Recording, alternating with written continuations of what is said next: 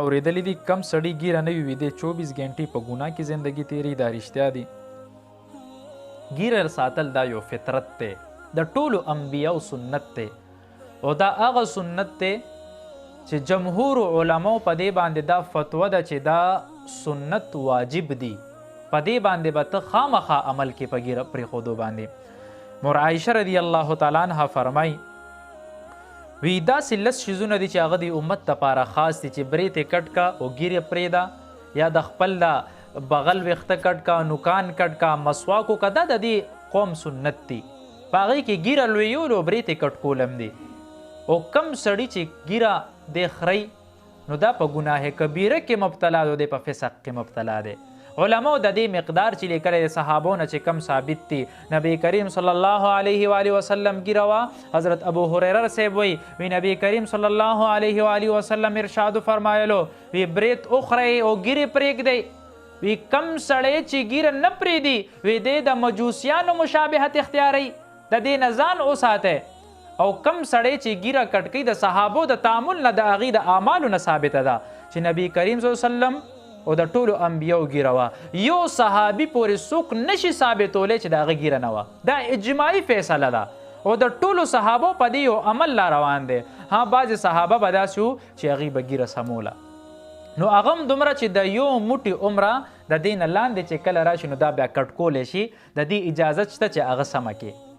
نو دا داسې یو عمل دی.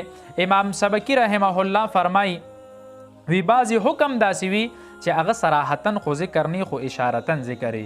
د ګیرې نه پرېښول دی کې څو قسمه ګناهونه او نافرمانۍ راځي، دا نقل شوي دي، علماو لیکلي دي. یو خو وي د نبي نافرماني راغه، یو د انبیاو نافرماني راغه، ټولو انبیاو سنت دی د هغې نافرماني دی وکړه. دویم تا ګناه علی الاعلان دی وکړه، ګناه هم کې او اعلان هم کې خلکو ته ځان شوکې مخې ته راولې.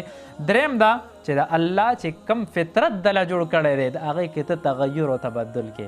الله چې کم شکل تاله خوښ کړی دی ته وایې نه الله تا ماله دا خوښ کړی دی خو زما ستا دا پیدا شده چې تا کم پیدا کړی دا مې نه دی خوښ، د دې مخالف خوښوم. نو د الله نافرماني م راغه. په ګناه باندې استمرار کول، ګناه کول، بار بار ګناه کول، دا په استمرار راځي. بل دا چې په دې کې حضرت دې کې ښځو سره مشابهت راځي او دې کې خنثی مشکل چې کم هجراګان دي نو دې سره د هغه سړي مشابهت راځي. د ښځو خو ګیرې نه که نه، ځکه چې الله حکم داسې کړی دی، سړو دپاره دا تزیین جوړ کړی دی. حکیم الامت حضرت تانوي رحمه الله لیکلی دي، هغې دا فرمایي وی کم سړی چې ګیره کټ کوي او دې پورې خندا کوي، لکه ډیزاینونه پکې کې خنداګانې کوي، وي دا سړی کفر ته وځي. څومره لویه خبره ده. او یا یو سړی چې هغه کله ګیره کټ کړي او ځان ته په شیشه کې وګوري چې ګیرې سره ته بد ښکارې دی او همداسې ښه ښکارې، نو وي دا سړی کفر طرف ته وځي. یو واقع مې مخکې چېرته کتلې وه، ډېر مخکې مې کتلې وه، اوس مې ذهن ته راغه. یو بادشاه و، د هغه په لور باندې یو نوجوان فدا شو. هغه ورته وی دا لور دی راکه، هغه وله نه ورکولې، ته غریب سړی څنګه د بادشاه لور دله درکم. نو نوجوان ورپسې نښتی و، هغه جینۍ هم د طرف ته مایله وه. نو بادشاه داسې یو شرط ایښو چې هغه شرط به بیا قابل قبول به نو د هلک نه شو مکملولی هغه شرط. نو ورته وی ماله په یو بوجه کې لړمانان راوړه. نو دی وی دا به چېرته نه اوس روړي. نو دا نوجوان لاړه وی ما د خپلو مشرانو ده نه دا اورېدلي دي، وی کم سړی چې کله داسې حالت کې وفات شي چې د هغه په مخ باندې ګیره نه وي، وی ماران لړمانان راشي وي د ده دا مخ راونیسل ته پېټکونه لګوي، وی زهر به پرېږدي، وي چې د ده ګیرې مشابهت راشي نو د آخرت لړم خو داسې چې د هغه زهر مریم نه. نو وی یو نوجوان داسې وفات شوی چې د هغه ګیره خریلی شوی وي، زه وی د هغه قبر ته لاړم. وی ما وی دا به هم ماته ثابتېږو، لړمانان به دې کې وي چې قبر یې راکولو کو په بلچو بلچو یې به وجاړه کو، یو پځې وله دوه روړې او ورته وی لرې کوئ لور در کوم، خو وی دې غم نه مې خلاص کوي، دا لړم مې چې ته ونه خوري. نو دا هم ثابته شوه چې لکه سخت عذاب دی.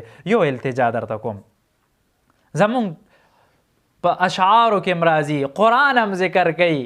مور عایشه رضی الله تعالی عنها وی او دا شانتې د حضرت یوسف علیه السلام باره کې الله صفات کوي چې د دې خلکو حسن یو عجیبه و، او سړی په دې باندې سړی ښکاري چې د دې ګیره وي او حسن یې د ګیرې نه جوړي. نو چې د الله کم تخلیق کې ته تغیر کې نو دې نه ځان وساته، لویه ګناه ده.